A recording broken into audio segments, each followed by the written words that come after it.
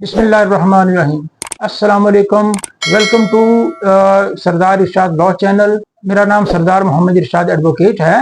उम्मीद है आप सब लोग खैरियत से होंगे। आज इस मौजू पे बात करेंगे कि हिबा क्या होता है, वो कौन सी ऐसी शराइत हैं, बेसिक इंग्रेडिएंट्स हैं, अगर उनमें से एक भी मिसिंग हो तो हिबा नहीं होगा और कैंसिल कर दिया जाएगा, अगर हो भी जाएगा तो कैंसिल कर दिया जाएगा। कानून की नज़र में वो हिबा है ही नहीं। और ऐसी कौन सी बातें हैं जिनका अगर ख्याल रखें तो हिबा कभी कैंसिल नहीं होता।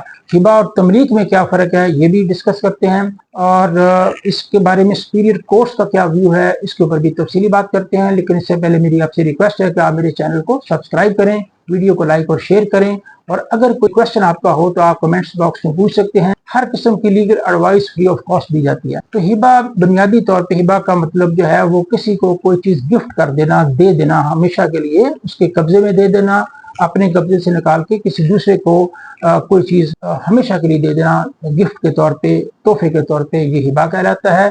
ट्रांसफर ऑफ प्रॉपर्टी एक्ट का सेक्शन 122 जो है इसको डील करता है। सेक्शन 122 के में जो लफ्ज यूज हुआ है वो है गिफ्ट, उर्दू में इसका तर्जुमा है हिबा। अब हिबा और तमलीक में क्या फ़र्क है? तमलीक और हिबा में सिर्फ यही फ़र्क है कि तमलीक जो है किसी चीज़ का, किसी प्रॉपर्टी का किसी शरई अपने शरई वारिस को जो है गिफ्ट कर देना, ये तमलीक कहलाता है। जबकि हिबा कोई शख्स अपनी प्रॉपर्टी गैर शरई वारिस को जब देगा तो वो हिबा कहलाएगा। हिबा या तमलीक जो है या गिफ्ट, इसके बेसिक इंग्रेडिएंट्स क्या हैं? अगर उनमें से कोई एक भी बेसिक इंग्रेडिएंट मिसिंग होगा तो हिबा नहीं होगा, वो नाक़िस होगा और कानून की नज़र में इसका उसकी कोई वैल्यू नहीं और वो कैंसिल कर दिया जाएगा, वो तो हिबा होगा ही नहीं। और वो कौन से तीन बेसिक अनासर हैं जिनका होना ज़रूरी है, जिसके बगैर हिबा नहीं होता? वो उनमें सबसे पहले ऑफर, कि जो बंदा हिबा करने वाला है, इंग्लिश में से डोनर कहते हैं, जो डोनर है जो किसी को अपनी प्रॉपर्टी, कोई भी जो प्रॉपर्टी है वो देना चाह रहा है, मूवेबल है और इमूवेबल है, कोई भी प्रॉपर्टी जो है जो किसी को वो गिफ्ट करना चाह रहा है, उसमें उसके लिए वो ऑफर करे कि मैं ये प्रॉपर्टी, इतने कनाल ज़मीन जो है, ये प्लॉट है या वट एवर जो भी चीज़ है, ये तुम्हें हिबा कर रहा हूँ, गिफ्ट कर रहा हूँ। ये पहली उसकी शर्त है। दूसरा बेसिक इंग्रेडिएंट ये है कि वो जिसको हिबा की जा रही है, डोनी, इंग्लिश में से डोनी कहते हैं, वो उसे एक्सेप्ट करें, उसकी तरफ से एक्सेप्टेंस होनी चाहिए। तो पहली इसकी शर्त जो है वो ऑफर है, दूसरी एक्सेप्टेंस है कि वो एक्सेप्ट करे कि हाँ मुझे ये चीज़ मंजूर है, मैं इसे मंजूर कर रहा हूँ, मैं इसे कबूल करता हूँ। और तीसरा इसका जो बुनियादी आंसर है वो है ट्रांसफर या कब्जा, पोजेशन, कि वो ऑफर हो गई, फिर एक्सेप्टेंस हो गई, फिर उसको ट्रांसफर बाकायदा कर दिया जाए और जो डोनी है वो उससे उसका कब्जा हासिल कर ले। जब तीनों शराइत मुकम्मल हो जाएंगी तो हिबा मुकम्मल हो गया कानूनी तौर। अब ये कानूनी तौर पे हिबा की तकमील हो चुकी है।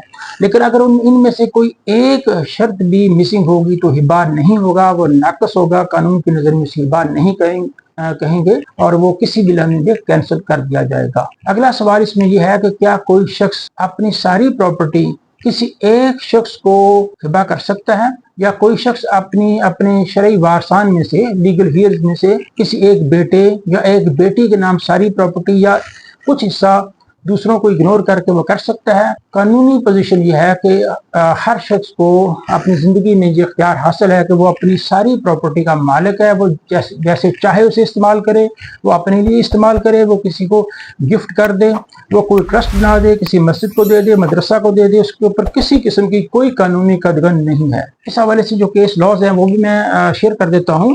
इसमें 2018 CLC 919 एक केस लॉ है जिसके अंदर ये डिक्लेयर किया गया है कि सारी जायदाद या कुछ हिस्सा किसी एक बच्चे को गिफ्ट किया जा सकता है। यानी कि जो डोनर है वो अपने किसी एक बच्चे को अपनी सारी प्रॉपर्टी या उसका कोई हिस्सा जो है वो गिफ्ट कर सकता है। फिर एक केस लॉ है PLD 2006 SC 15, सुप्रीम कोर्ट का केस लॉ है, जिसमें ये डिक्लेयर किया गया है, it is well settled now that the powers of a Muslim to dispose of the property by way of gift are unfettered. कि एक मुसलमान की ये जो पावर्स हैं, ये इख्तियारात जो हैं कि वो अपनी प्रॉपर्टी को गिफ्ट कर सके किसी को, ये अनफेटर्ड है, इनके ऊपर कोई कंडीशन नहीं है, कोई शर्त नहीं है, इनके पे कोई किसी किस्म की पाबंदी नहीं है। A gift can not be invalidated only because the heirs are deprived of their shares। कि गिफ्ट को महज इस वजह से जो इसको कैंसिल नहीं किया जा सकता कि उसमें से लीगल ईयर्स को डिप्राइव रखा गया है। उसकी दूसरी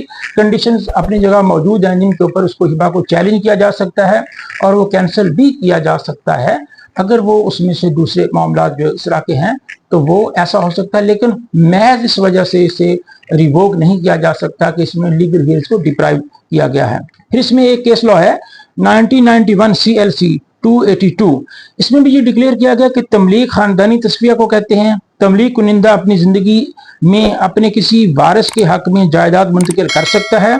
इसके अलावा मजीद ये भी कहा गया कि कोई शख्स उस वक्त तक जो है जब तक मिल्कियत हासिल ना हो जाए वो अपनी प्रॉपर्टी वो कोई भी प्रॉपर्टी जो है वो आगे मुंतकिल नहीं कर सकता। उसके लिए पहले मिल्कियत होना, ऑनरशिप होना जरूरी है।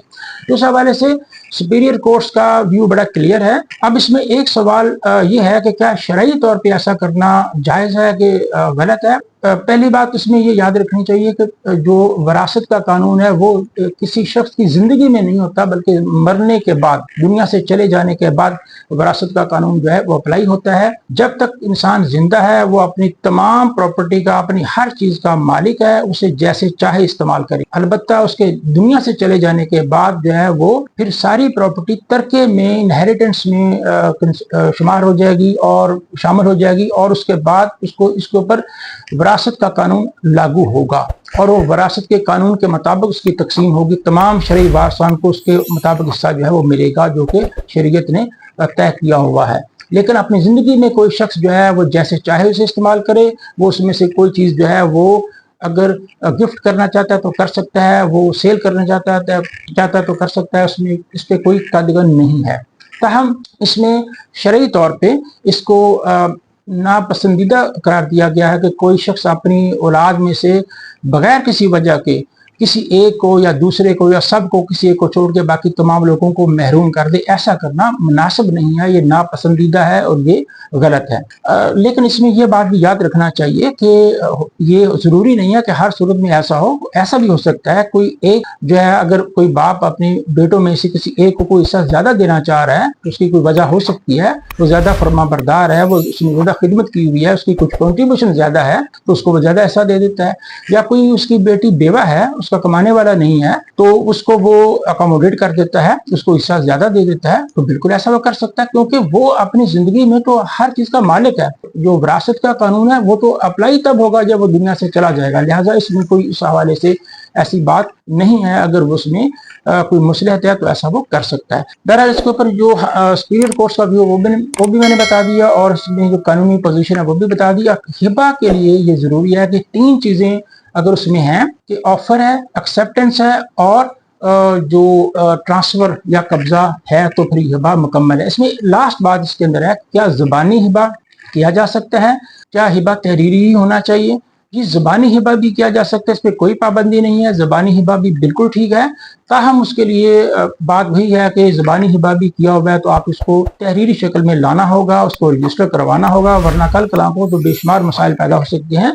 क्योंकि ज़बानी हिबा में भी ज़ाहिर है आपने तो गवाहों को तो रखा है, गवाहों की मौजूदगी होगी इसके अंदर, कल को कई मसले मसाइल पैदा हो जाते हैं तो बहरहाल उसका कोई ना कोई सबूत तो जो है वो आपको तहरीरी शक्ल में ही लाना होगा ना। इसलिए अगर ज़बानी हिबा भी किया है तो उसको भी तहरीरी शक्ल में लाएं, हिबानामा तहरीर करें, उसको बाकायदा रजिस्टर करवाएं और उसकी फिर बाकायदा उसी तरीके से उसका इंतकाल करवाएं उस शख्स के नाम जिसको आपने कोई चीज़ हिबा की है। तो उम्मीद है आपको ये वीडियो पसंद आई होगी। इस तरह की मज़ीद वीडियोज़ देखने के लिए आप मेरा चैनल जो है वो सब्सक्राइब करें। अब किसी दूसरे टॉपिक के साथ दोबारा मुलाकात होगी। अपना बहुत सा ख्याल रखिएगा। अस्सलाम वालेकुम।